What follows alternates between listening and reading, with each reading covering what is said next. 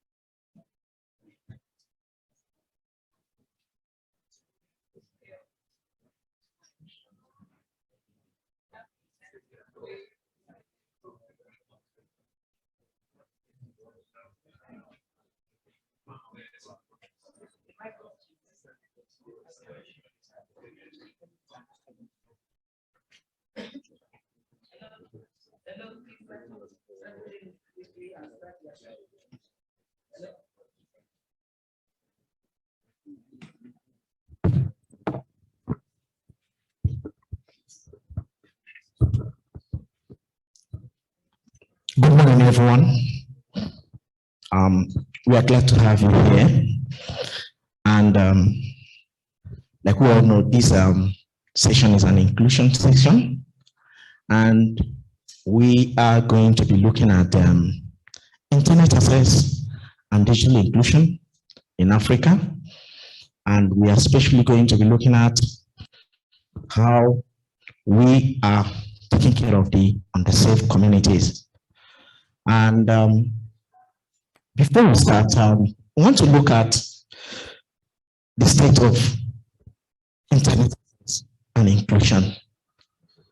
So if we follow this year's main theme, building inclusion and trust, we find out that if we continue building trust, we are building this internet for and not getting access to it, it might amount to effort. So when we look at this, we find out that the International Finance Corporation, in a report they released recently, found out that only 22% of Africans have access to the internet. And by the time you go forward, you find out that this information, you find out that it is not just the whole of Africa. You also find out that when you go to Morocco, they have around 84.9% internet connectivity rate. So you go down to South Sudan, you have 8%. So what are we saying is, what is causing this disparity? And what are we going to do to bridge this gap? To make sure that while we are building the internet, that we are leaving a great number of people in Africa behind. Joining me in this section to discuss these issues, to look at these issues, and as it has to do the intersection between internet access and inclusion. Boye Adegoke. So Boye Adegoke is a senior program manager with Padam Initiative. So Mr. Boye, you're welcome. Also joining me will be another professional, and Mr. Francis Asante. I don't know whether Mr. Francis here, I saw him running around. So while we wait for Mr. Francis Asante, we are also going to, Mr. Victor will be joining us remotely from Ghana. So if the technical team, you can help me, let's find out whether Mr. Victor is there, because I saw him earlier on.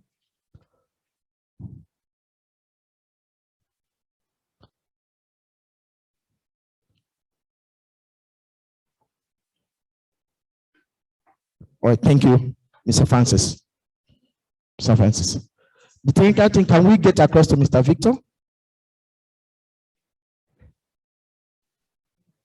Yeah, I saw him online earlier. Okay, while we wait for that, I'm also going to have another person from the Southern Africa, Miss Nompilo. I want you to also join us in this section. And I'm also going to be calling on Mr. Richard from Bloggers of Zambia. Mr. Richard? Thank you. And finally, I'll also be having Miss Khadija. He's the program lead for Padam Initiative for Anglophone West Africa. Thank you so much. You come with your seat, please. Thank you. Thank you. Thank you.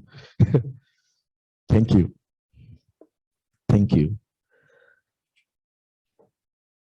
Please, without wasting much of our time, we are going to be looking at some burning issues as it has to do with internet access and digital inclusion in Africa, considering the underserved communities.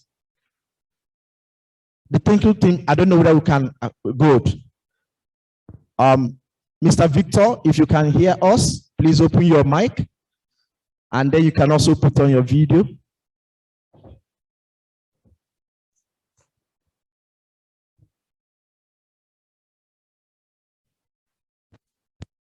Morning. Yeah, good morning. Good morning, Mr. Victor. Yes. Thank you so much. I can hear you very loud and clear. Well, that's very good. That's very good. We are glad to also have you here. We'll be coming to you. I'm so glad to know that you are here.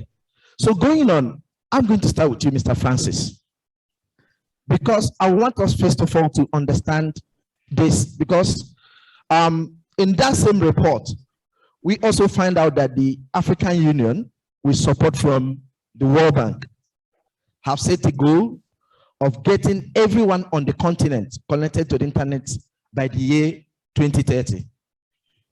And I see that as a very tall order for us, knowing where we are now at our connectivity rate.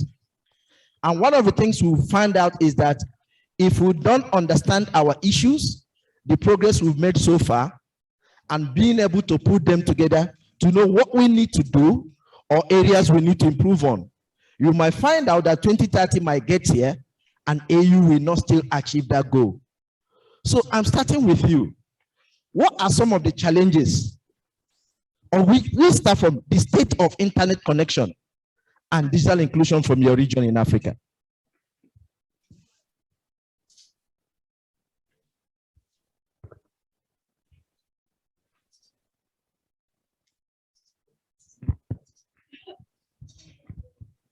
All right.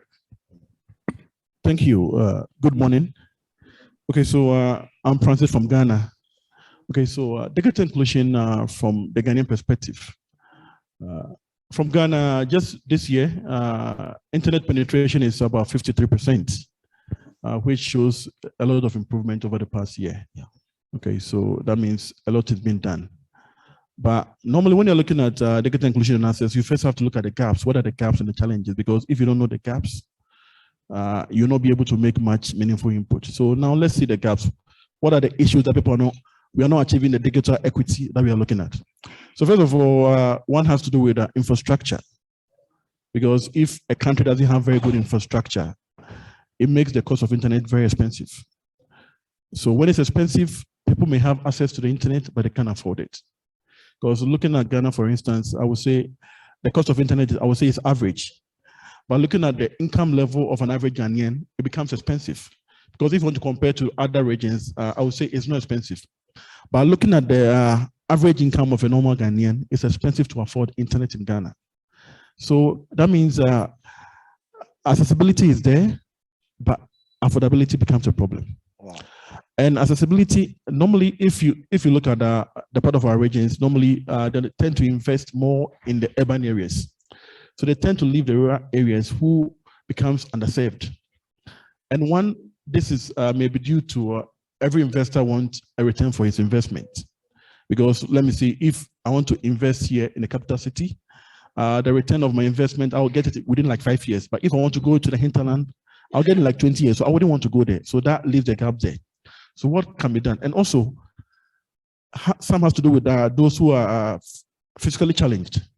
Because we've also noticed people are building softwares, application. They don't even think of those who are physically challenged. Maybe they are blind. They can't type. We tend to build application and do policy, leaving them out. So that becomes also another gap. Also, internet in Africa. Africa got internet in the mid of 90s. And I should presume it was in the early 2000s that the schools began teaching computer internet. So those that were born before that time also leaves another, I would say the aged, because they didn't have the opportunity to learn internet in school. So now they also left us. So it becomes the aged, those who are physically impaired, those who can afford, those who don't even have access to the internet. That leaves a gap. So what has to be done?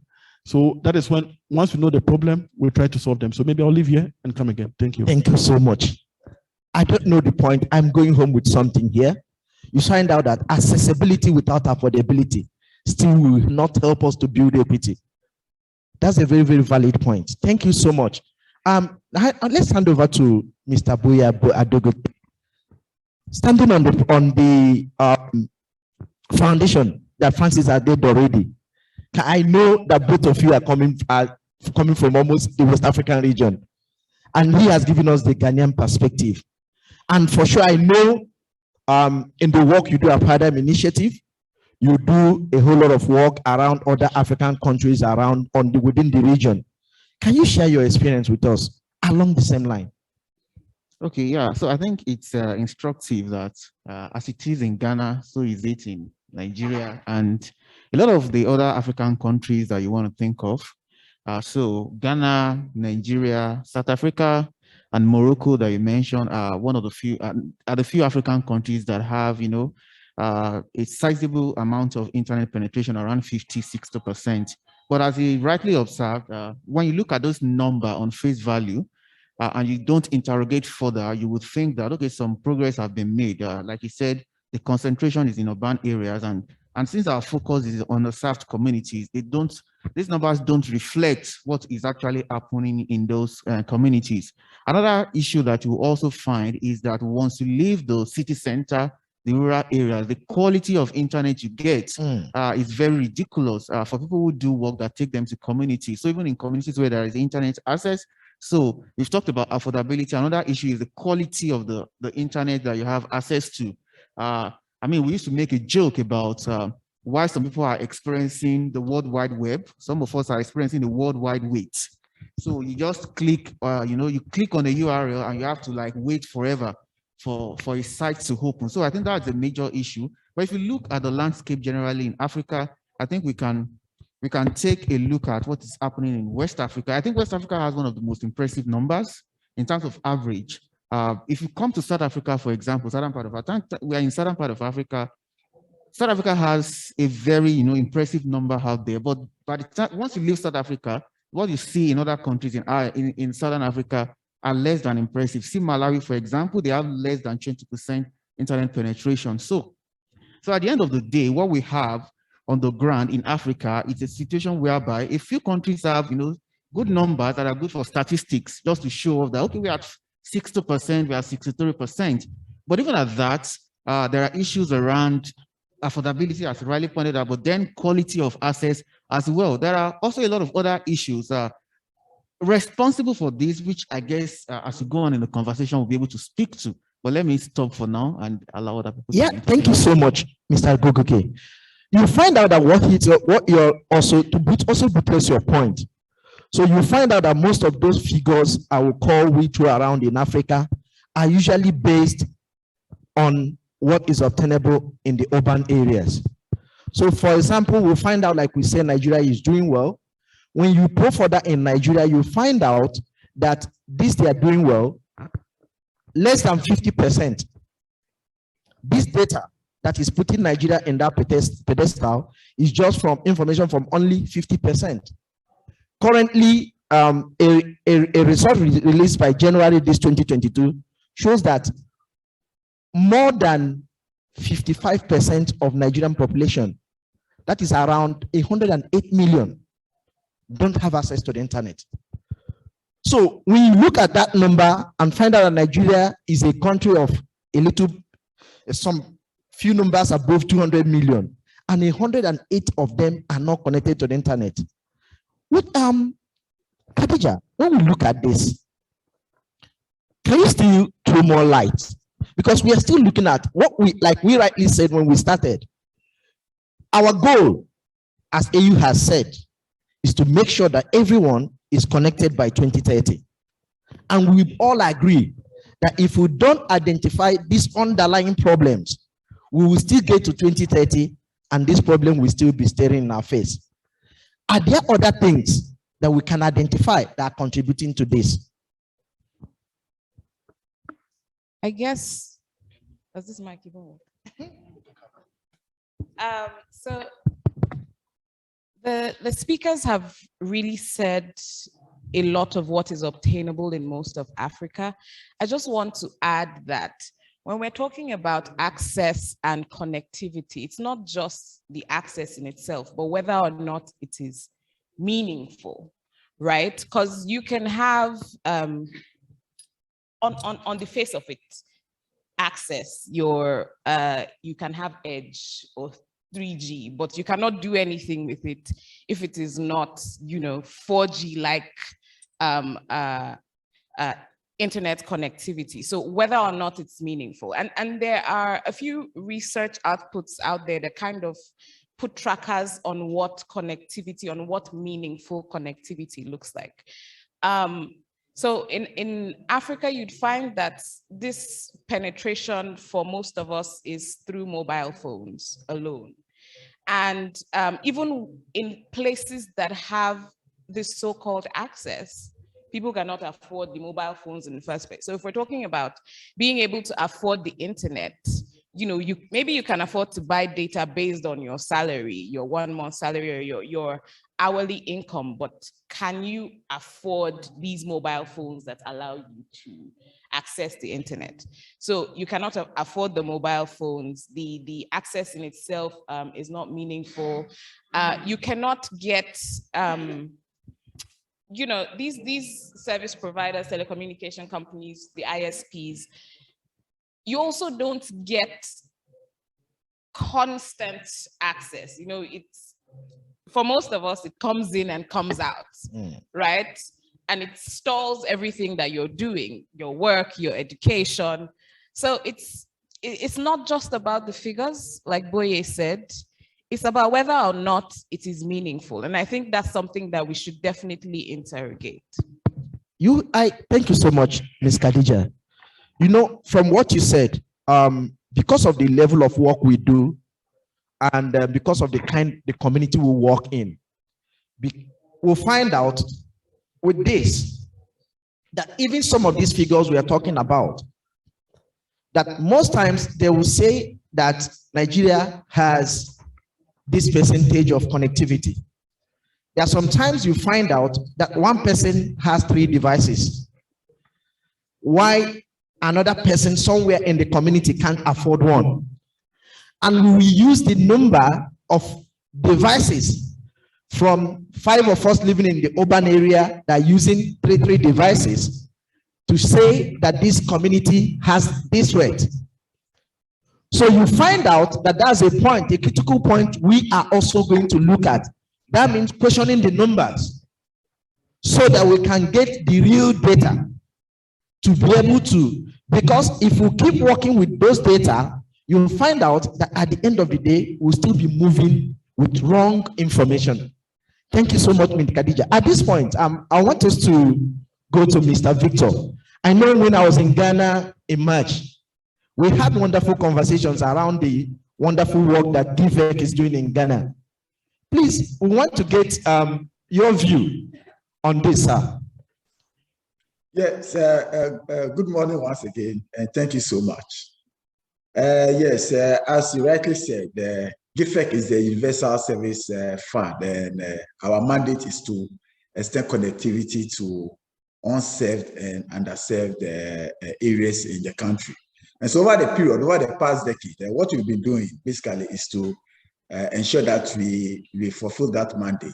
And so we've been extending connectivity to the far-flung areas in the country using various models of connectivity.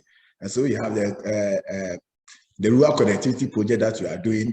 Presently, based on the gap analysis that we did some time back, we've noticed that we have about 2016 unserved and remote communities without any form of internet access. So that has engaged us, and we've rolled out an intervention to get these communities connected.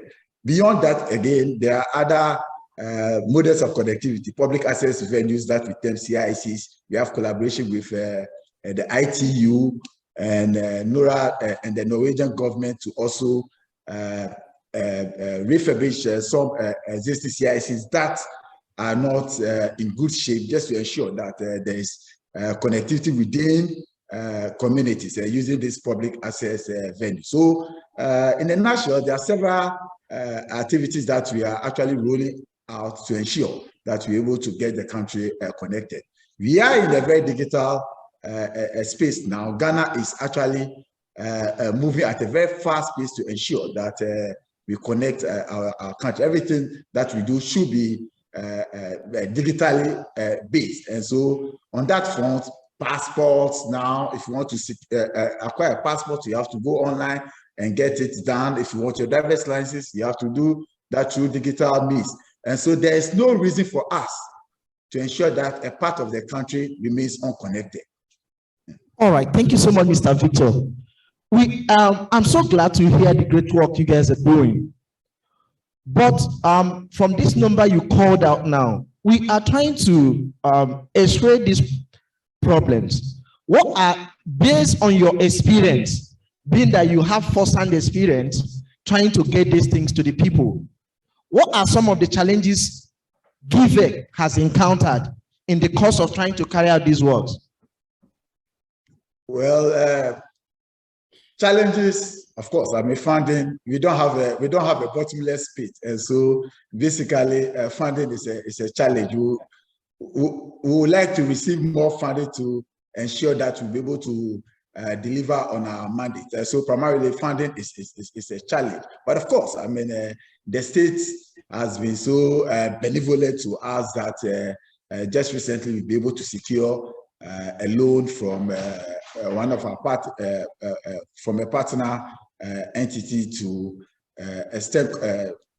to enhance this connectivity project that we have in respect of the 2016 communities. Then again, we also have issues regarding topography. There are areas that, based on the kind of topography that we have, if you go to the western part of the country, the topography is such that the kind of technology that we desire to deploy occasionally also gives us some challenges. And so now we are, through research support, we are trying to explore other alternative strategies. And so we are also looking at collaborating with ISOC to implement community networks across the country, areas that we think that the traditional models of connectivity cannot be sustainable. We are trying to explore the use of community networks. Then again, you also have the issues of sustainability. I mean, you deploy in rural communities, but ownership becomes a challenge. The community, to some extent, do not own their project. And so these are some of the primary challenges that we are having. Of course, I mean, we are working on trying to reduce. Thank you so much. You find out sometimes when we go out there, there are some of times we hear people outside Africa trying to call Africa a village. So, but in some sense, when you look at things, you find out there's a salient point he raised here, the environmental factor when it comes to the challenges. Then he raised another one, which I call a cultural factor. Because in my own personal experience, we'll find out a situation where a company that has the last mile contract in Nigeria was trying to lay broadband cable, and communities that were going to benefit from that project asked the company to pay a very huge amount of money before those broadband cables can pass through their community, and it was coming to them. So most times, part of what we are trying to do is to explain this, because most times when we don't consider the environmental factor, when we don't consider these cultural factors and stay at the policy level, you find out that that's one of the reasons why sometimes some of the things we bring down as solution don't work, because we don't consider everything that has to do. Thank you so much, Mr. Victor, for this point that you raised. Mr. Richard, I'm going to come to you, and I'll say we are in your region, and I'll call you our landlord today. So, our goal is a 100% connected Africa by 2030. And there's a saying in our part of Africa that if you don't know where rain starts beating you, you will not be able to know where you're going to dry your body, which is the reason why we are doing this x-raying. And you can agree with me this morning that there are some points, even these environmental factors that Mr. Victor raised now. Sometimes at the policy level, we ignore those things. And that is the reason why you find out that when they are ignored, you will hear a whole lot amount of money was spent to bring a solution to a community. At the end of the day, that project will turn to a white elephant project because proper or needed factors were not considered while it was being designed. So we are looking forward to getting to know Africa so that we get to the root of these things that will prevent us from being properly 100% connected, which is the goal AU is pursuing between now and 2030. Can we get the view of what the whole story is like in Southern Africa? Thank you very much. And the issues that you have raised are very, especially like ownership, which also my colleague Victor alluded to. It's very real in Zambia because sometimes we go to implement interventions that the people don't need or that don't speak to the needs of the people. In Zambia, we have a perfect example where a certain organization went to implement an initiative. They went to build a market because the women were selling by the roadside. But the women wanted a bar. They wanted a bar. So when they built the bar, there was development in that community. Why? Because men used to walk kilometers away to go and have their drink, and then they would spend the whole weekend there, and then they would have other families there. So when they built the bar, the men would just stagger back home, and they'd sober up. The following morning, they'll be able to mold bricks, and they built a school, they built a market, and they built a clinic. So in Zambia, we are just from doing a needs assessment study that we did early this year on access on cybersecurity issues. And all these issues that my fellow panelists have spoken to are real, especially this side of the equator. If you talk about what I'll call a Rhodesia thing, a Rhodesia Nyasaland, Zimbabwe, Zambia, and Malawi. We were one country at some point. So you find issues of affordability, and it's complex when you talk about affordability, not only of the signal, of the cost of data, but also the cost of hardware, the smartphones. In our needs assessment survey, we realized that many people in Southern Africa, we access internet via the mobile devices, but also they're very expensive. And you cannot have a one short solution for Malawi, Zambia, and Zimbabwe because the GDPs are different. And if you bring in South Africa, it becomes more complicated because they are richer. But if you look at the economics, looks like the cost of internet in Zambia is affordable. The gadgets are expensive. So affordability is a complex issue, and I think it has to be looked at policy level, where we even, for example, have to zero rate certain things, data. We have to zero rate, for example, cost of these gadgets that we're talking about, because the gadgets are expensive, and it is one of the major sources of exclusion in my country, especially when it comes to women and girls. There are issues of income inequality there. So you can say we can break down the issue of affordability in its salient issues. The issues of access, meaningful access. The further you move from Lilongwe here into the rural areas, the more the quality of the signal deteriorates.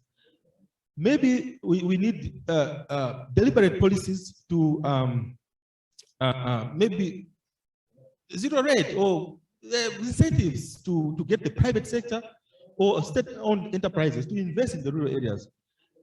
We think that the story of the COVID-19 is a very sad story, but for us, where I come from, it has brought out all these issues that we're talking about, because we took everything online, and more than 70% of our population were left behind against the spirit of the Vision 2030 in Zambia, the Vision 2063, because education services went online, and we had an election in Zambia last year. So even electoral or political activities went online. And you could see that the rural majority, for example, were spectators in their own their own democracy, because the economy also, they were spectators in their own democracy, because some banks actually, the financial technology was not even ready for this. If you look at the government, in Southern Africa, most governments in South Africa are transferring their services to digital platforms. So issues of digital skills are also very big where I come from, because we may have access to these gadgets, but how to use them? How does my mother in the rural area who needs to receive social cash transfer? So within the issues there also, there are cybersecurity issues because they are scamming, you know, there are a lot of scamming that are going on in my country, in the fintech, especially mobile money transfer, the social cash transfer, and all those. But also from our survey, the influence, or maybe the lack of it, the influence of internet law and policy is having an issue on access. Sometimes you find that our respondents who do not trust the law and the policy that is there. They actually feel that maybe it is working against them. So we find that they think that it is not making the internet resilient, that the platform owners are not responsible. In the banks, in the financial, in the mobile money, they think that they are not responsible. The issues of personal data are very real there also. And we find that the majority of the people deliberately stay off the internet because they want to be private, and also they don't want to lose their digital assets. So I'll leave it there so that we can take the conversation forward. Thank you so much. Thank you so much. I'm glad on the point you raised, because you came from another angle where most of us, most times, we overlook it, finding that either lack or the presence of law empowering people is also affecting access. Do you agree to that? So we find out that, like he gave a very good example. When we follow the other second part of the team this year of IGF, you find out that inclusion has a lot to do with trust. So you find out, and it is that law, either the existence or non-existence of the law is one thing that can help to either build or not build trust. And when we lack trust, a whole lot of people, because I can remember some years back, because of the program we were running, we wanted to support a group of most of the children from the underserved community from a government program, and we wanted them to open bank accounts. And while they were opening the bank accounts, they were asked to get a debit card, and that needed a PIN. Most of them rejected that opportunity because what the information they have is that anything you have in your bank that has a PIN, someone can get access to that PIN and clean all the money in the account. So for them, they were saying, if you want to open an account, open the account, but don't give us a debit card. So you find out that in as much as this is something that can help this person, but because of lack of trust, the person is now on the verge of missing an opportunity. Thank you so much. We are going to go forward to look at, we've seen these challenges, and most of us, I'm so glad, Mr. Richard, like what you just said, the needs assessment that you conducted recently, which shows we are coming face to face with the people who we are talking about. Because most times, with my years of work with the community, with the underserved community, that's part of what I know lack in most of the policy development process in Africa, is that not only a few of them consider needs assessment before enacting those laws. What can we do at this point? Because I know that there's a whole lot of work for both state and non-state actors. Because we did not come to look at these problems to just talk about them and leave them. What can we do at this point in time?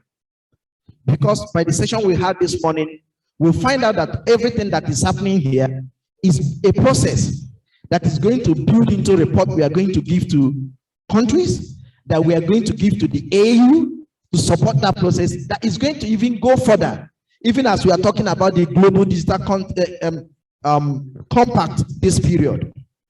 These are part of the things that are going to feed into it, so that our voices are going to be heard, so that processes that are going to make sure that we support Africa to the fullest are put on ground. What are the things? I'm going to come back to you, Mr. Francis. What are the things that we are supposed to be doing now for non-state actors like us, and then also for state actors, to combat these challenges that we've identified? Okay, thank you. So first of all, I would say what the permit thing has to be done has to be a PPP, public-private partnership. Okay, so from the internet society perspective, after we've been able to identify the various gaps, as my colleagues rightly said, some people even have the access, but because of trust.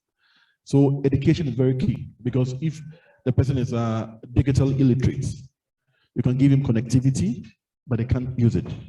So from the internet society, what we do is we started something we call the Next Gen ICT Outreach, which is next generation, as in we're starting from the basic school downwards. Okay, so we go to them and we teach them basic digital skills, and we also go to the rural areas, because some of them, as I said, some we even have the access, but because they don't have knowledge of it, they can't use it.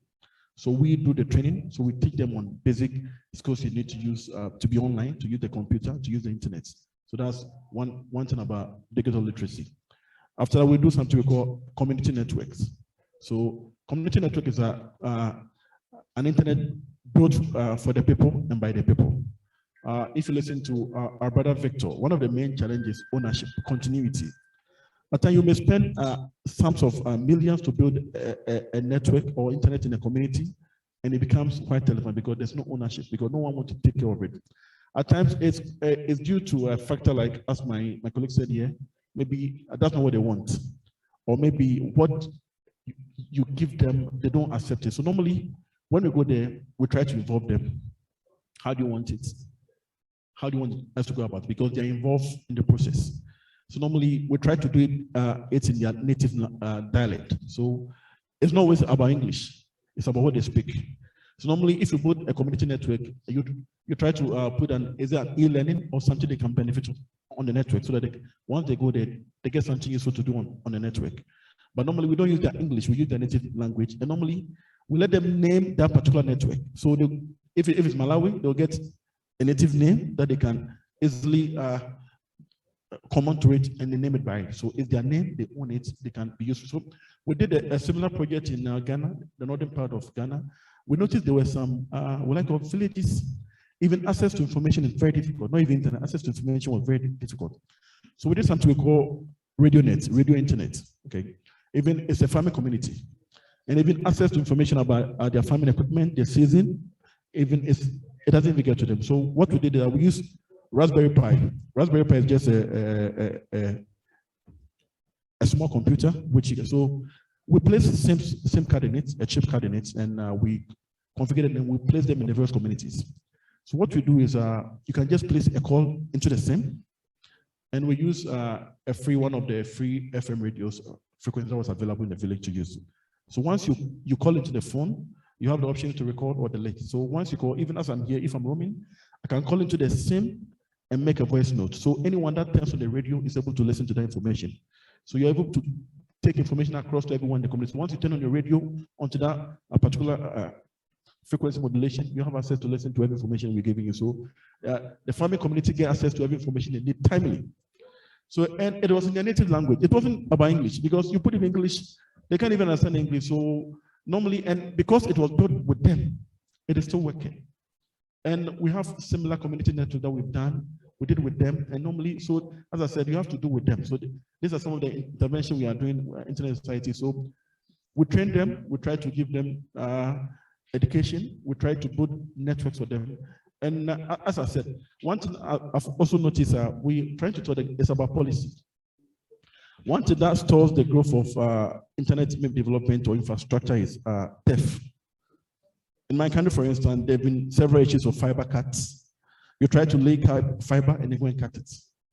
So normally we are advocating for if there could be a national pipeline that every telecommunication will pass through. Because today you see MTN will come and dig, tomorrow Airtel will come and dig, tomorrow Tigo will come and dig, and they are digging everywhere and they are cut everywhere. But if there's one pipeline very secure that everyone can, you pay to pass through, I think the theft is going to reduce because you can't be spending money repeatedly. So those are some of the intervention policies. So we try to advocate for policy change because there's no clear-cut policy about how to live, because today everyone is taking and the theft is ongoing. So we try to make, advocate for policy change. We try to train and we try to build community network for the people so that they appreciate it and know how to use it. So maybe I'll stop here for the next person. Thank you. Thank you so much. Miss Nompilo, I didn't forget you. Not at all. And not even when I know that I'm so glad last night when you were giving me a testimony of being part of a digital inclusion program we ran from Nigeria, and she joined online and participated in that program from Zimbabwe. So for us to know the benefits of internet. So we are looking at some of the things we need to do. I know you have been on the legal aspect of digital inclusion. What can we do with the myriad of these challenges that we've identified here? What are some of the solutions for state and non-state actors? Thank you very much, Eze. For a moment, I thought I'd come here to look pretty. But anyway. Yeah, so just as everyone was contributing, there were so many things that were coming to mind for me. I'm glad that my colleague from Northern Rhodesia is here to represent the Southern African perspective. But one thing that I would have loved also to emphasize on was the aspect of the business component of internet access. In most of our countries, especially in Southern Africa, internet access is provided by businesses, private players in the telecommunication industry. So we also need to think about the policies around their doing of business in that industry, because that has also affected access, that has affected issues of infrastructure that have been mentioned here, that has affected the quality of service that has been mentioned here. So for me, I'd want to emphasize firstly issues of entry requirements, licensing requirements into the telecommunications industry. For most parts in the region, in Southern Africa, we've seen that the licensing requirements for new players in the telecommunications industry are quite restrictive. So as a result, you find that the same old players, there's no competition in the industry to influence even issues around affordability or to influence issues around quality of service. And then at the same time, also you look at issues of over-taxation of the industry itself. I mean, we are going digital, but I think taxation has become the new cash cow for most governments in our region. So we have seen that the telecommunications industry is also one of the most taxed industries. And that is also now affecting affordability because the cost is also passed on to the consumer. So we need to think around issues relating to the over-taxation of the industry itself as well, because I think it's quite important. Because when there's ease of doing business, I think it is also going to benefit the consumer. So that aspect around balancing operator viability and service affordability or service availability is going to be important going forward. And also, I mean, we have policies in our countries that are there to bridge the digital divide, right? For example, and in most countries, Southern Africa, Zimbabwe included, we have the Universal Services Fund, which players in the industry also contribute to. But most of the time you find that there are no clear reports in terms of how that fund is being used. So it's always important, particularly for civil society actors that are here, to also look into issues around the Universal Services Fund, because that fund is there to bridge the digital divide, to provide telecommunication services to rural and marginalized communities, the underserved communities. So we need to also lobby for transparency around how the fund is being used, also engage with the regulators to make sure the fund is being used for the purpose to which it was created for. I think that is something that would be quite important. The issue of community networks has already been mentioned. Those are quite important interventions that are being done. We've seen also in Zimbabwe an intervention towards infrastructure sharing. But while there have been so many hurdles in, I think it's an intervention that can serve as a best practice in many countries in the region. But for me, the key point that I'd want to emphasize is multi-stakeholder cooperation. Because when we speak about internet access and we speak about internet affordability and inclusion and the likes, there are so many players that influence this space. Broadly, when you think about internet governance, there are so many players at different levels that are influencing everything that happens in that regard. So for me, even when we talk about, access, you'll find our local authorities come into play. Are they facilitating road network for the players to access some of these communities? It's a very important aspect. When you look about our electricity supply authorities, are they providing electricity? Are they providing access to electricity, maybe for fixed broadband, for example? Right? So we also need to think around how we can make sure that every stakeholder that influences the digital landscape or that influences internet access plays their role in the system. For me, that will be very important, because if some of these players are not meeting their end of the bargain, or are not supporting the other players to meet the delivery of internet access, then we'll continue to have challenges. So that's in brief how I'd want to put it, but I'd be happy to, yes, in brief. Thank you, thank you, thank you, thank you, thank you, thank you. It was like we were reserving the best for the last. No, this is very, very exciting. Because, like we are saying, we cannot stop talking about the issues of overtaxation. In my country, we'll find out that across different states, one of the things we observed recently on the National Broadband Plan is that the states with the least level of internet penetration has the highest rate of taxation. Like in my state, I was so shocked to find out that they charge as much as 1,500 naira per meter for broadband laying of broadband lines. $3 per meter. So, and when you look at that, you find out that at the end of the day, it is the end user that will still bear the cost. Thank you so much. Thank you. Mr. Dibui, you've been nodding. I don't know whether you want to come in there. Yeah, thank you. I'm very happy that the issue of taxation has come to the fore in this conversation. And I think that in this room, and as you probably have noticed, the panelists are experts. Obviously, you could see the way they are addressing the issues. And I looked into the room too, and I saw that there are a lot of OGs in this space. So we are having a very great conversation already. But I'm happy that now we have, we've zeroed in on the issue of taxation. So I was privileged to moderate a session on behalf of the government of Canada. We were trying to engage the African Union, and I was asked to moderate that conversation.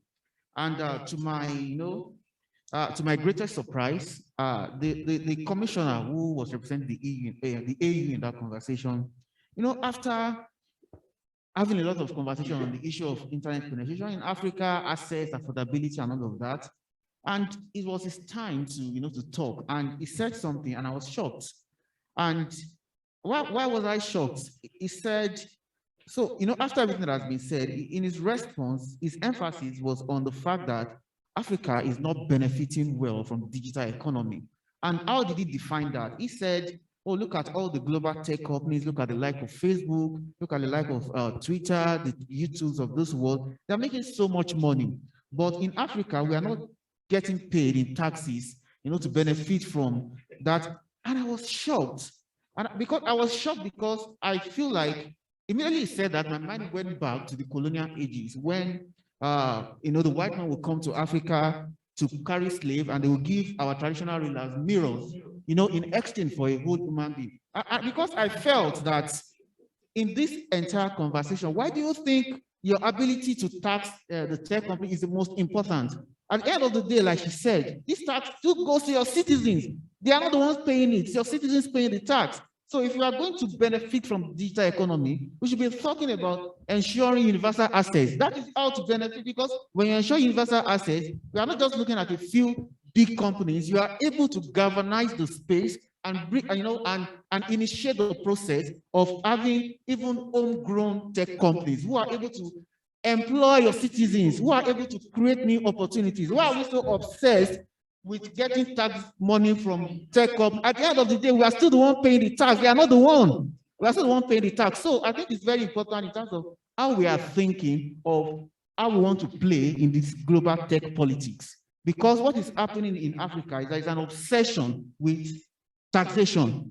We think, and these are the policy level, we tend to think that the way to benefit from the digital economy is to tax companies. Even homegrown companies that are beginning to come up and also be, some sort of significant player at the global tech space are also being targeted for this type of taxation. And it's basic economics. No business would, take the fall for these levies. They pass it on to the consumers. So what does that mean? We're talking about affordability, for example. So if where we are today, we are talking about the fact that the internet service that we have is not affordable to most of our population, and then we are raising taxes. What that means is that even people who are able to afford now, some of them will no longer be able to afford. And those who cannot afford at this moment, they even have no hope in the next 5 years to be able to get on the internet. I think we need to get our priorities right. Taxation is legitimate. So this is not to say that don't tax companies, but I don't think that as a continent, that should be our primary obsession in terms of the way we want to participate in the global digital economy is by taxing. Exactly. Exactly. I mean, we set target for 2030 for 2063, but quickly let me also dwell in terms of, you had mentioned how state and non-state actors. So I want to quickly speak to the work that Paradigm Initiative has done for 15 years. For 15 years, so our work is largely focused on underserved communities, underserved people in underserved communities. And we have a program we call the LIFE program, which is basically about live ICTs, financial literacy, and entrepreneurship. We believe in the power of ICTs to help, underserved communities, underserved people to, find their way out of poverty. And we have implemented this program for 15 years precisely. And something we found out recently is that really, how many people can we reach in that intervention? So averagely every year, we are able to reach about 120 to 150 young people in the South community called the Life Legacy Program, which is a collaboration with other organizations. We have tested this model for 15 years. It has worked. And we believe that we can, spread it across the continent. So now we are beginning to, work with many more partners who are able to also implement exactly the same program. So what we just do is give them the templates, and they're able to implement this program in their local community. So I'm giving that example just to emphasize that we also need to collaborate more in our interventions. A lot of us are doing great things, but we are doing it in isolation. One can chase 1,000, two will chase 10,000. So if we come together more, we've done something that is working in our local community. Let's talk to other people in other countries, in other communities, and say, oh, we've done this and it has worked for us. Why don't you also co-own the process with us and also implement it in your local communities? I feel it's important I say that. There are many of us, I may never get the opportunity to talk again. So I just want to make sure I emphasize that intervention. And I'm also emphasizing it because I want as many people who are working in the inclusion space, who are probably interested in this type of model, to have a conversation with us after this session, to look at how we can collaborate and bring this model into your community. We'll be more than happy to have conversation. And the right guy to talk to is actually the moderator, but I'll also be happy to to have that conversation with us. So I guess let me stop there. If by chance I have an opportunity to talk again, and I can see other things I have in mind. Thank you. Thank you so much. Thank you so much. Thank you so much, Mr. Adegoke. At this point, I know, like you rightly said, we have a lot of OGs in the audience. Please, what we are looking forward to is an Africa that by 2030, as AU has set the goal, we have majority of the people, because what we are looking at today, we are looking at those people who we don't talk about most times, who are almost forgotten. At this point, we are creating room for questions, contributions, things you think we can do apart from what okay, I'm saying. Can I get a second mic? Can I get a second mic?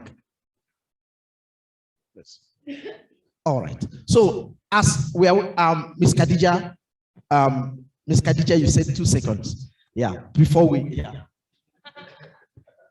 I just wanted to quickly redirect the conversation towards, so we've spoken about how wrongly the priorities of African governments have been, sort of towards taxation. So, and I find that a lot of the time when we're in these conversations, we always list problems. So I just want to redirect us towards where the priorities of the government can go to, because I've seen a few influential people in the room. So I think it's necessary for us to take their minds towards what it is that they can do. And I think first things first, rather than taxing, right, let's look at investing in fixed broadband in our countries, right? Because by the time we make this investment and increase access, the money will come to you. The money will come to you eventually. And also maybe let's explore partnerships towards lowering some of the costs of these devices, right? I mean, you're in partnerships with, say, the Chinese government, for instance. I know that's, that can be. But anyway, we can look into partnerships into lowering costs of devices, look into partnerships towards financing mechanisms to get some of these devices to people. I know, like, in Nigeria, where I come from, nobody trusts anybody to maybe pay 15% now and 5% later. If you're not paying everything up front, nobody is giving you anything. So let's look at financing mechanisms. So I just wanted to. Thank you so much. Thank you. All right, sir. Let someone raise a hand over there. I'll come to you, sir. Thank you very much. Can you hear me?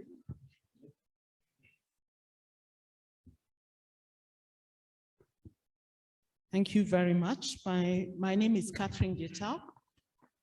I'm a retired person, so there's no affiliation.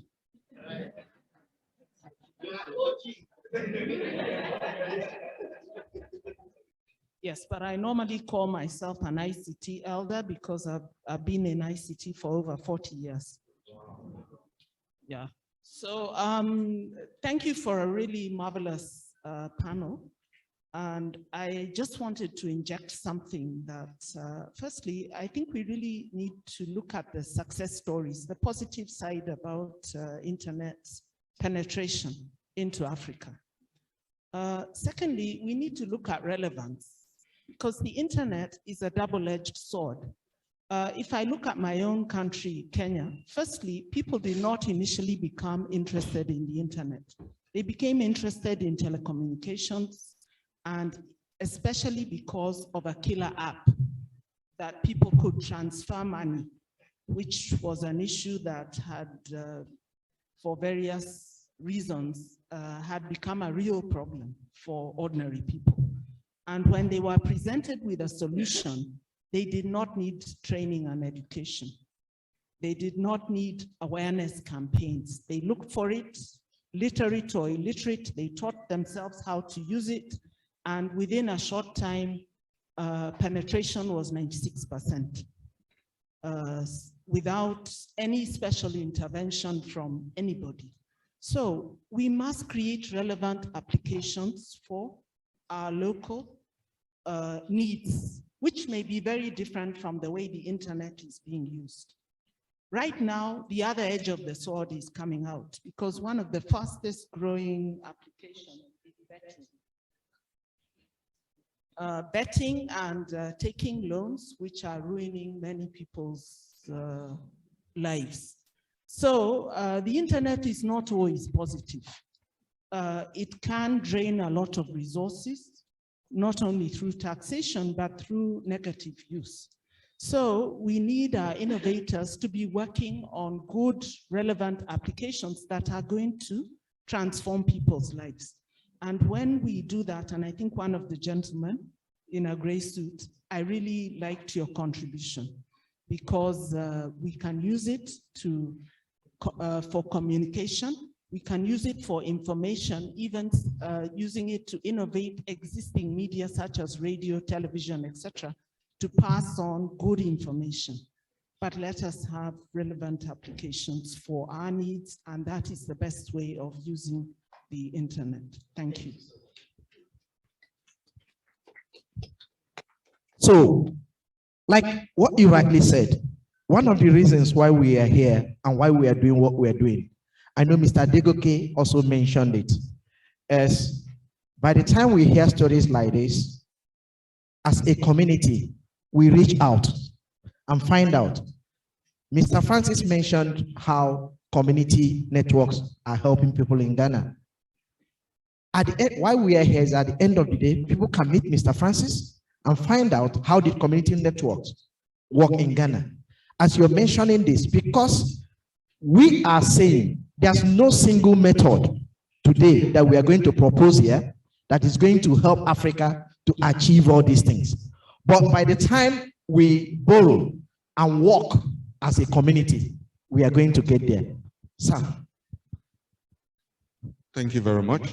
Ponsley from the Gambian IGF. I just want to give a little bit contribution and suggestion, because since 2020, when the COVID hit the world, we all had ways in Africa, in different parts of Africa, in which we used the available digital tools in our communities to solve problems. I'll give an example. When we talk of, in terms of numbers, we have, according to statistica.com, you have 30 to 40 million, 30 to 50 million mobile phones that are imported into the continent every quarter. Out of that, 19.5 million are smartphones. So what has happened? It shows that there's a way in which affordability happens.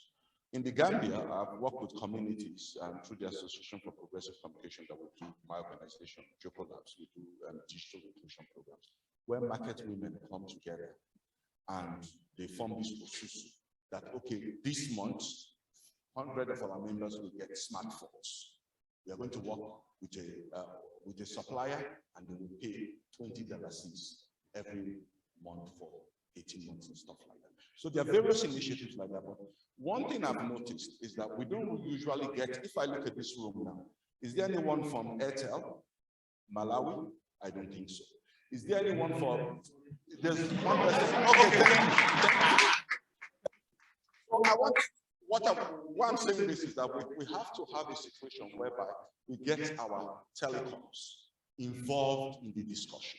In the Gambia, when the COVID started, just on tertiary education alone, the government contacted the telcos. They said, okay, we're going to make sure that all university students get free data. You know, so those are ways to mitigate the problem, but it can only happen when we do our national IGF in the Gambia. For 2 million people, we have now 5 telcos. We make sure all of them are on board. What are you doing in the 6 regions of the Gambia? How can you help us? And if we don't get that, those local telcos involved, I'm happy Malawi Airtel is here, then I think the conversation will go anywhere. Because they are the ones that make the money, they are the ones that know that data is the new oil in Africa. Thank you.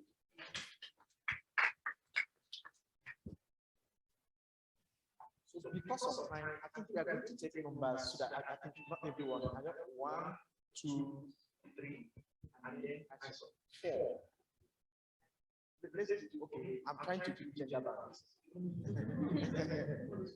4, then 5 and then 6. So then, oh, wow. Okay, see what we are going to do. If can we take 1 minute and just stick to it so that we can give more people time. So when the mic comes to you, please for just 1 minute make your contribution so that we can get to the next person. So with that, I think with that we'll be able to cover more persons and get more views. Thank you, sir. 1 minute. Jimmy Kanja from Malawi. Thanks for the brilliant presentations there. But only one thing that I want to, maybe people can contribute later as well, the question of affordability. I think Nompiro and comrade from Zambia actually mentioned it's, that the main problem is that rural areas especially are deprived, and I think this is the essence of this discussion here. But when you look at it clearly, even from the discussion, it's very clear that actually telecommunications in most countries is privately owned. You know, Bill mentioned it in Malawi, that's a general issue. Now, when you come to the question of how can the private sector contribute to affordability, actually they can have a basic argument. They contribute towards the universal user fund, universal service fund. How that fund is used, somebody mentioned, is very opaque. How do we get to the point where we can actually account for the money that telecommunication companies remit in order to build infrastructure in rural areas? Because the truth is, Airtel and TNM are going to go where people have disposable income. People don't have disposable income in rural areas. The governments basically have to take initiative to do that. How can we compel our governments to use universal service fund to invest in infrastructure in areas that are hard to reach, areas that are not economically attractive? Thank you. Thank you so much. Okay, go ahead. We'll have to go ahead. Okay, thank you very much. My name is Harira Wakili. I'm working with Center for Information Technology and Development, CTAD in Nigeria. So my comment is in line. I'll go straight to the suggestion. I think the one thing we need to do is to extend our advocacy, have a variety of advocacy approaches that we can approach the government. Looking at the Universal Service Provision Funds, which their main work is to like take connections, take access to those underserved areas. I think we as a body, we can all come together to extend our advocacy to the extent that a time will come, they will do their work, and we will not be needing much collaboration with other private sectors. Thank you. Thank you so much. Thank you so much. Notes taken. Okay. Hello? Okay. Hi, everyone. Good morning. My name is Ibrahim. So I just want to make a suggestion about, okay, my name is Ibrahim. I'm a fellow at Article 19. So I just want to make some few suggestions about connectivity and affordability and relevance of content and application. So I just want to quickly use an example. You know, access to the internet is quite like expensive in many parts of Africa, and I'm sure everybody can relate to that. Now, talking about applications and their content, how are these content relevant to local communities and maybe marginalized communities? Take for example, WhatsApp, for example. For people in my community, for example, where I come from, Kakuri, like everybody uses WhatsApp. WhatsApp is like widely used in Nigeria. Now, but then what if we can have a messaging application or some set of messaging applications like WhatsApp that is built for local communities that works offline first, so that people in local communities can easily like use the applications to talk to each other without having to connect to the internet. And then maybe they might need WhatsApp when they are very far from their community. So I just want to stress on how communities can develop applications tailored for their own needs in their own local language. So thank you. As part of the solutions. Thank you. Thank you very much. My name is Dr. Chala. I'm the regional coordinator for community networks under APC, the Senator. So for me, I just wanted to address what she was talking about. There's this question about policy. And at the center of digital inclusion is policy. And for any policy to go through, there has to be political will. So how do we get our because the financial is political initiatives are part of it. How do we get our government processor?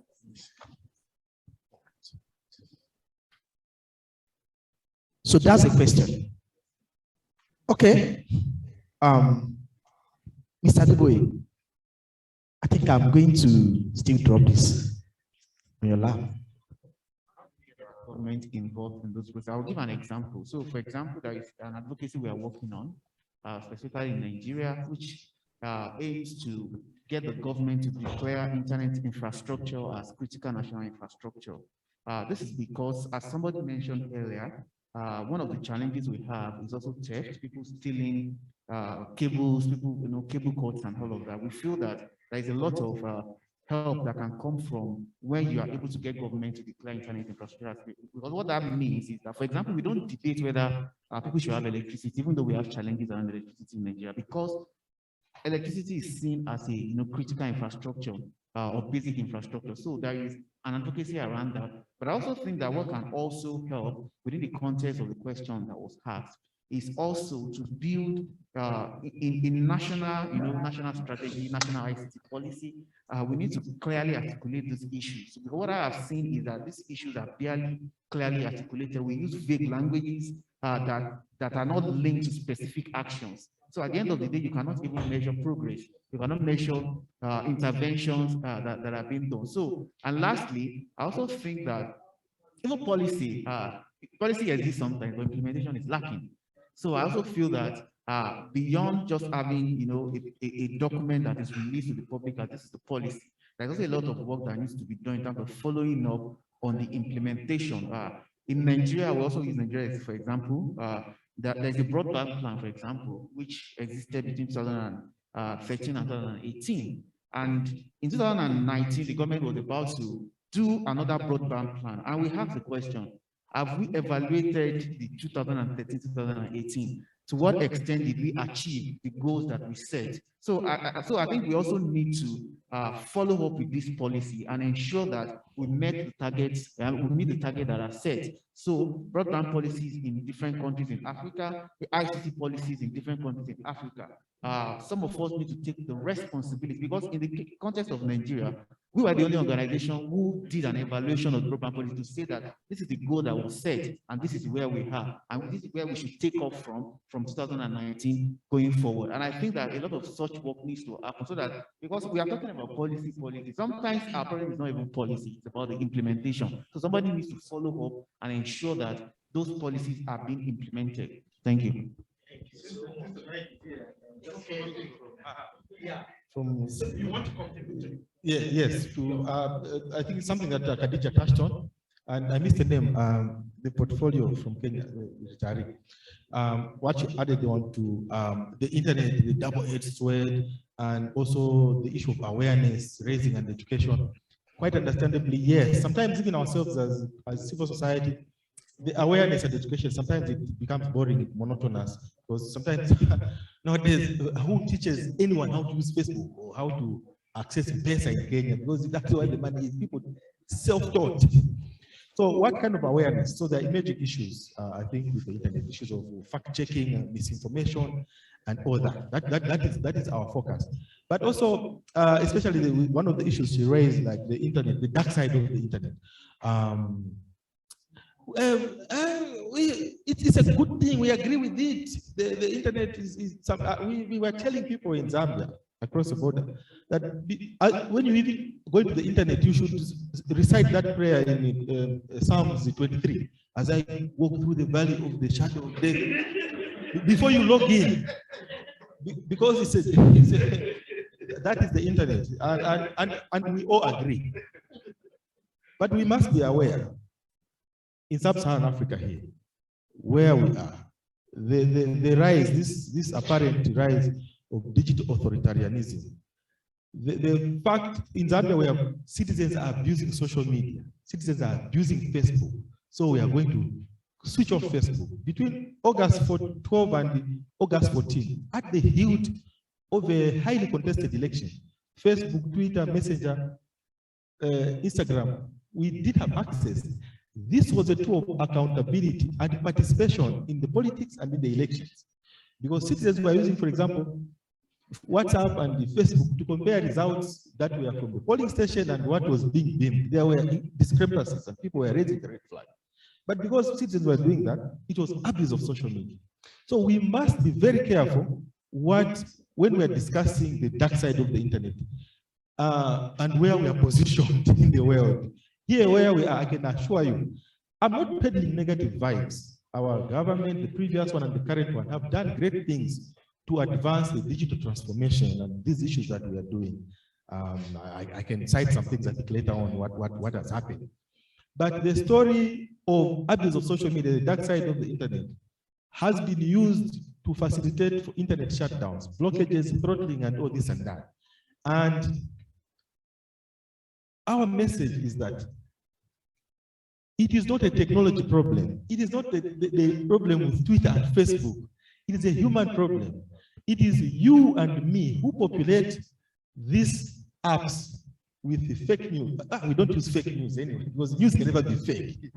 With the misinformation and disinformation and just all this harmful content.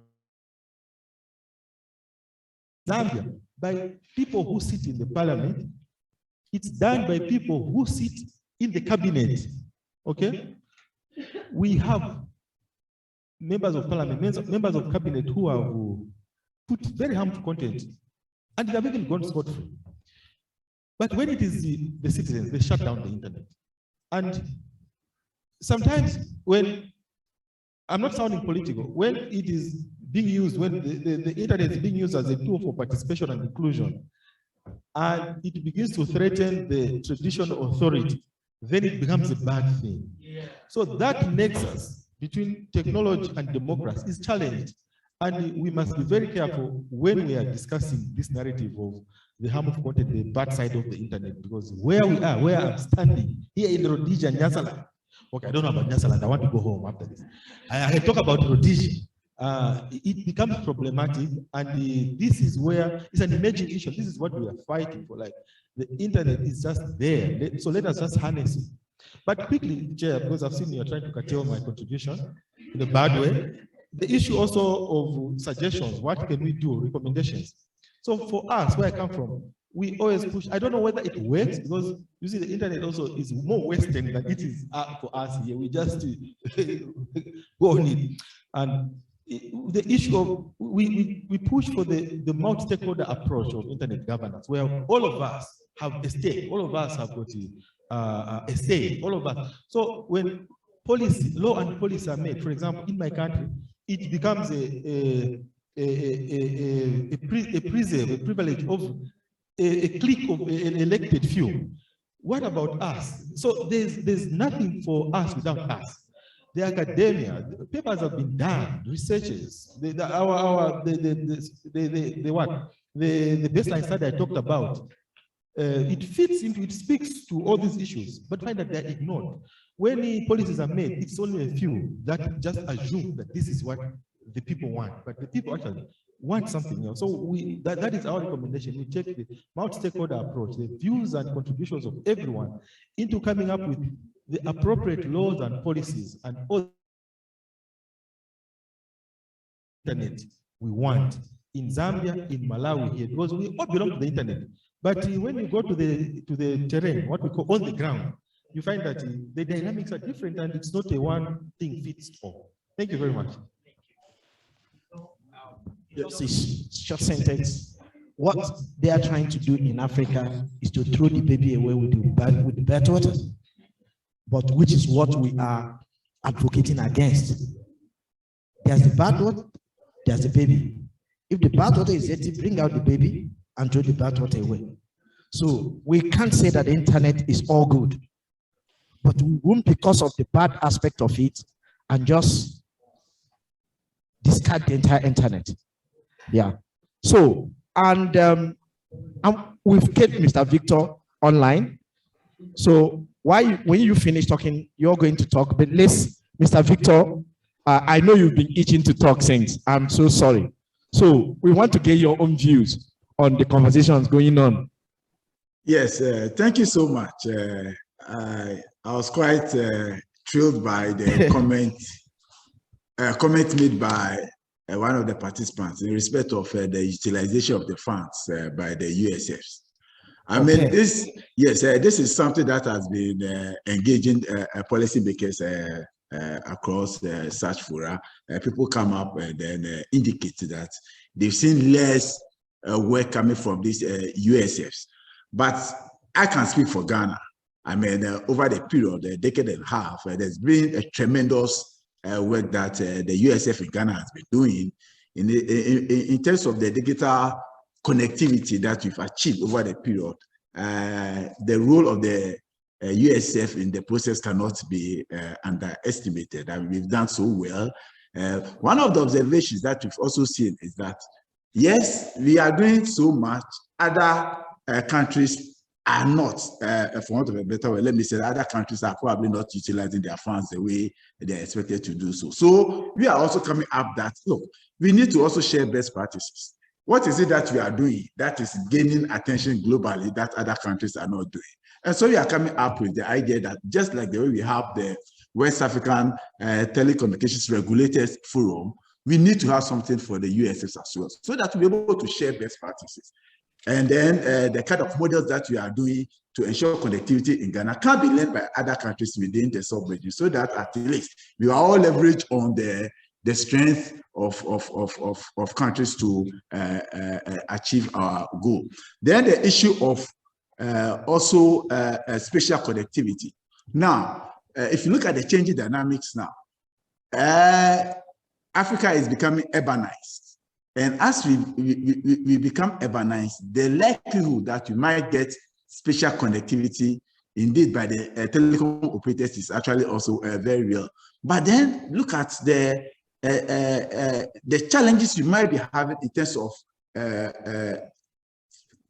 will I put it, the challenge that across the socio-demographic profile. So what about inclusive connectivity? People, the disabled persons, what are we doing to get them on board?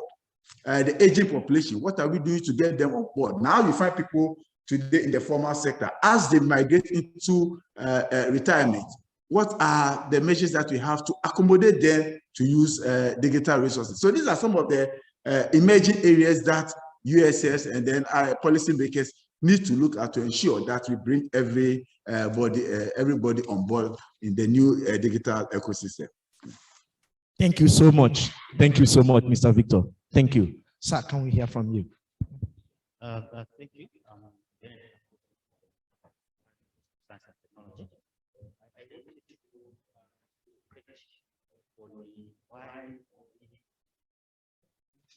At the end of the day, the question is, we are taking into account,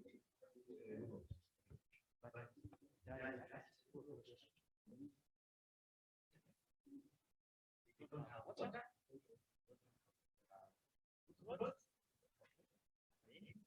you are bringing in digital. Okay? So what I'm trying to emphasize is that when we're looking at digital inclusion, it shouldn't just be as a solution which can solve each and every problem. We need to look at the needs of the community. Because if you look at a human being, with respect with the Maslow's hierarchy of needs, you will see that digital inclusion might not be necessarily the most important need which they might need. So you'll find that at the end of the day, you bring them fiber, okay? They are cutting fiber. We have had situations here in Malawi where telecenters have been planted, I think in 5 or so districts, but they're not being used. Why is that so? People don't see the need for that, okay? So we need to make sure that whatever we're bringing in to the community has to address the need.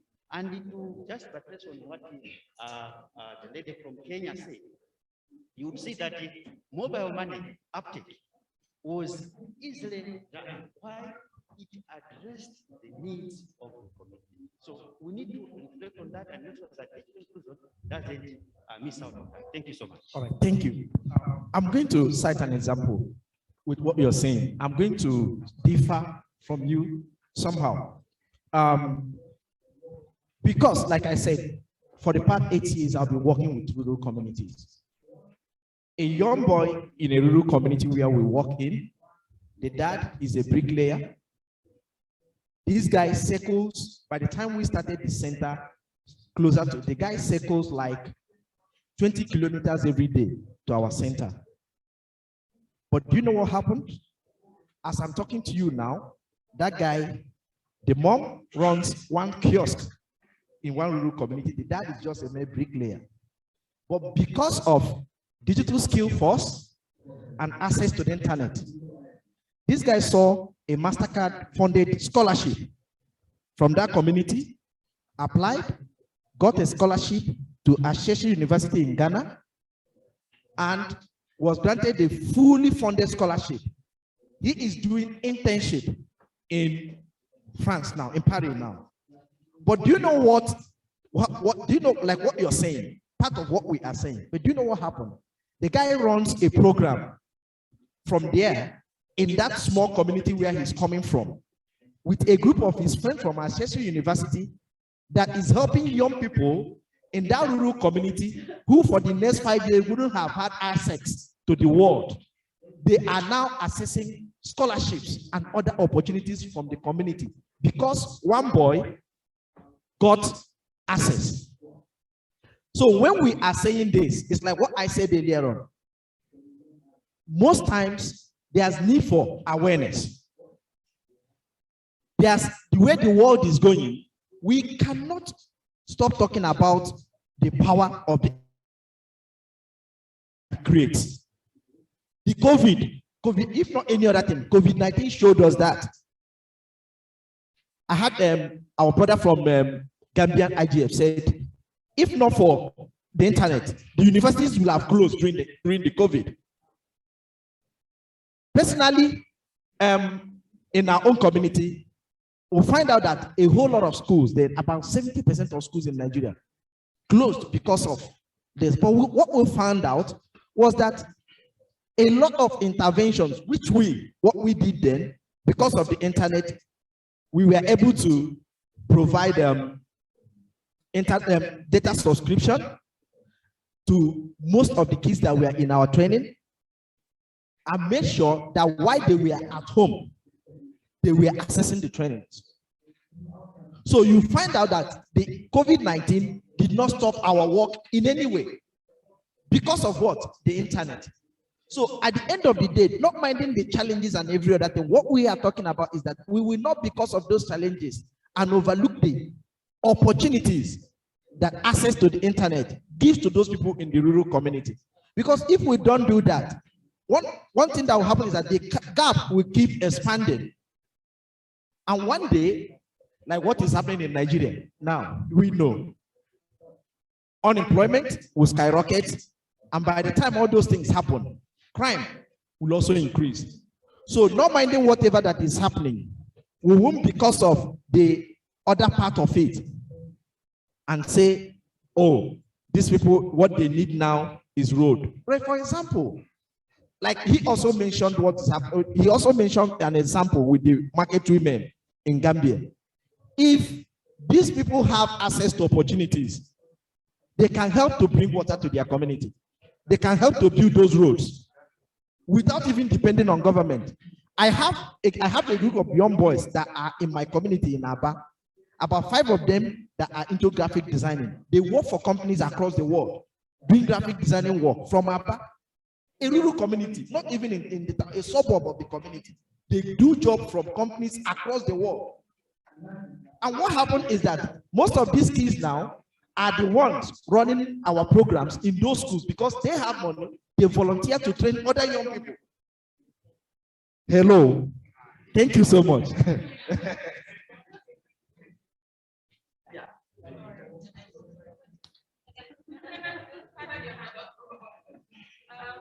So I just want to say that his position reflects the ideology of most governments, right? And it's one of the reasons why it's not prioritized. And I don't know if that even falls back down into the reflections of the AU. But I just want to make a parallel, like I want to connect the line between a lot of what has been mentioned here.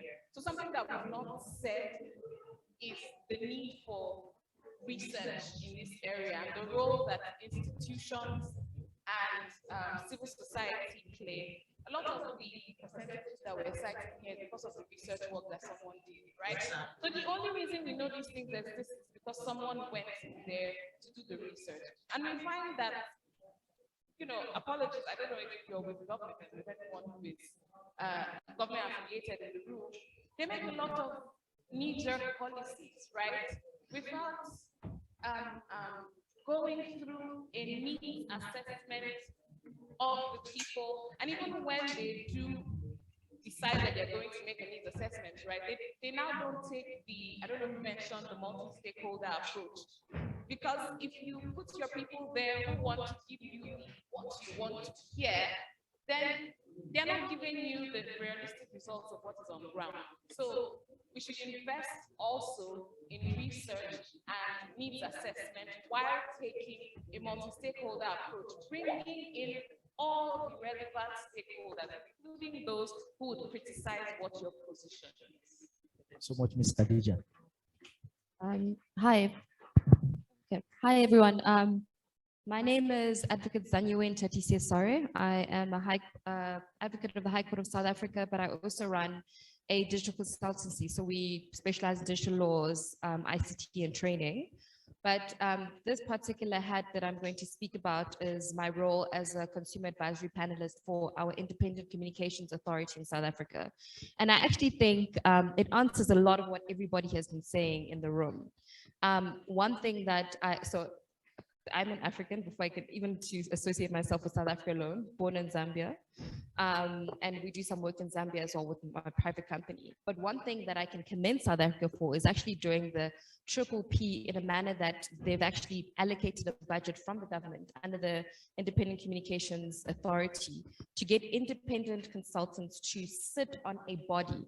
So the Consumer Advisory Panel is mandated to look at telecommunications, broadcasting, and postal services. And effectively what we do then is go into rural communities. I mean, I have literally toured the entire country in rural areas where you'll have your cell phone with you, but it won't work.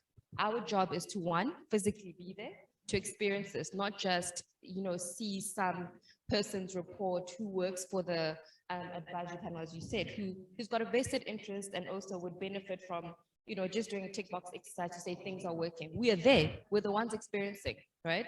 So what we do is then we write reports, we do stakeholder engagements. Outside of that, we also, we're different experts. So for instance, my specialty is telecom, cybersecurity, data protection. We'll sit down and as the gentleman had said, we've done this in Zambia as well last year in December, in my personal capacity, but in South Africa, what we would do is we'd sit down with the elderly. Our focus is women and people with disabilities. We want to hear, what is your experience with the telcos? What we then do then is juxtapose it to what the licensee obligations are from the telcos, right? Because they've got obligations. If you look at the communications authorities all over the world, they tell the MNOs what they have to do, right? But who's keeping them accountable? The relationship between the MNOs and the telcos sometimes becomes so blurred because of that benefiting and getting money and who does what. So it needs us as people who are well-versed, who are experts to come in. But like you said, it also needs that enabling environment for the government to actually want to do so. Then we hold them accountable. We then we report directly to the chairperson of the council, Adikasa, we sit down, and then after, let's say a quarter or two, we'll ask them, what have you done? So we also require a report back from them. So there's that level of accountability, and you get nominated within the ecosystem. So it's not just because you're passionate about it. You need to have the skill set. You need to know what you're talking about from a policy, technical perspective. The entire skill set. We've got an 11-member team, and that's exactly what we do. So these are the solutions. So I hear we're saying this, but as I'm hearing this, I know that we did desktop research to see if there's similar bodies within the continent. We looked at North Africa, we looked at East Africa, Central and West. And I think Nigeria was the closest one to us with your consumer parliament, where you have that overlap where the government is actually looking at ensuring that private sector is also talking to what government is doing. But yeah, I think it's triple P is really the best way to go and to ensure that take ourselves out, put ourselves in there. Thank you so much. Thank you. Private public partnership. Thank you so much. We have just 2 minutes to end this section because other people will be using this space. What we did here is that we've ignited conversations, and they are not supposed to end here. Like I want to use this opportunity to thank all the speakers for your insightful comments and input. Mr. Victor Online, I want to say thank you, and everyone that participated here. What we are trying to do, one of the points and one of the reasons what this forum can help us achieve is that we are coming from different regions of Africa. Like I said when I started, in that angle, I'm going to accept Africa being a village, because we borrow from each other the good ones and replicate it in our own regions. So because in that area, we can function like the African village we know, where the well-being of everybody is everybody's business. So thank you so much for being part of this, and let these conversations continue. Please make out time to network and reach out. People, most of these people here, they mentioned great things they are doing in different regions. This is an opportunity before the end of the forum. Reach out and continue, so that we are also going to continue these conversations to make sure that we helped the AU in achieving the 2030 goal. Thank you so much for coming.